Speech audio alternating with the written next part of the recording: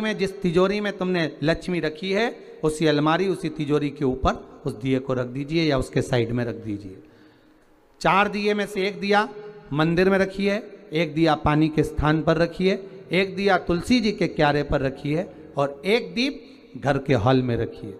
महाराज ऐसे 5 दियों का स्मरण करते हुए माता लक्ष्मी का स्मरण करिए। द्वार पर थोड़ा सा पीला चावल डालकर अंदर की ओर प्रवेश कर लीजिए।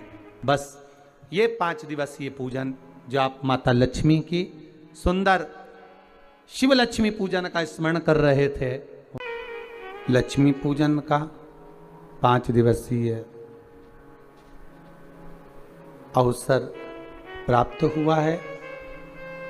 ये भगवान नारायण और भगवान शिव और लक्ष्मी की कृपा से प्राप्त हुआ है। आप सभी को आज भाई दूज की, यम द्वितीया की बहुत बहुत बधाई हो। ऐसा बहन और भाई का संबंध होता है, केवल एक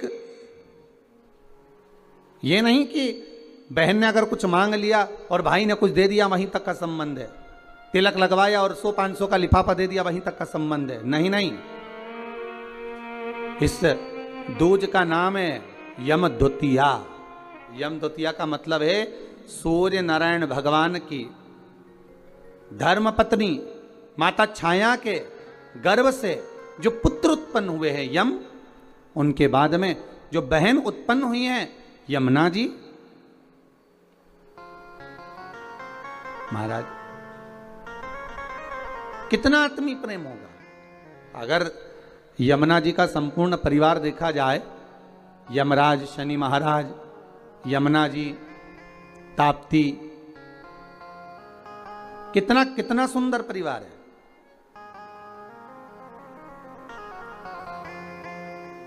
एक बार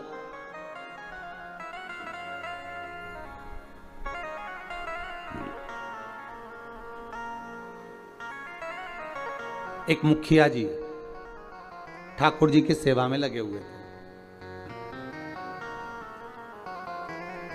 और ठाकुर जी की सेवा में लगे लगे मुखिया जी भगवान से रोज लाड़ लड़ाते, ठाकुर जी का रोज श्रृंगार करते, ठाकुर जी को नए नए वस्त्र आभूषण धराते, सुंदर सामग्री सिद्ध करके भगवान को सामग्री धरा देते, बड़ा सुंदर साज सजाते।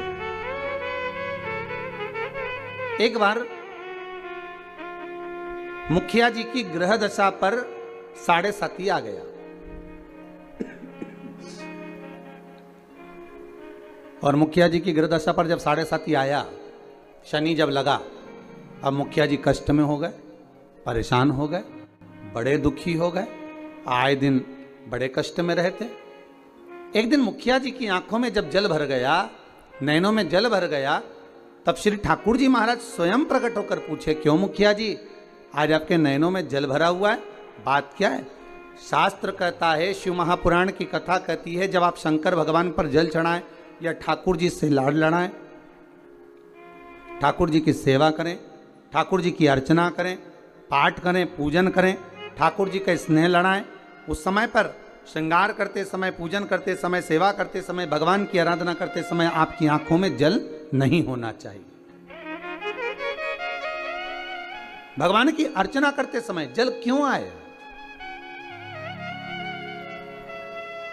किस लिए?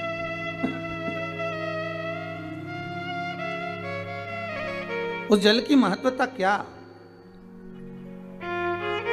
और महाराज मुखिया जी बोले, ठाकुर जी समझ में नहीं आ रहा, आज तो शरीर में कष्ट बहुत है और मन में मानसिक टेंशन बहुत है। बाबा बोले, क्यों चिंता करते हो? झारी जी में से यमुना जी को प्रकट करा मेरे ठाकुर जी ने और यमुना जी को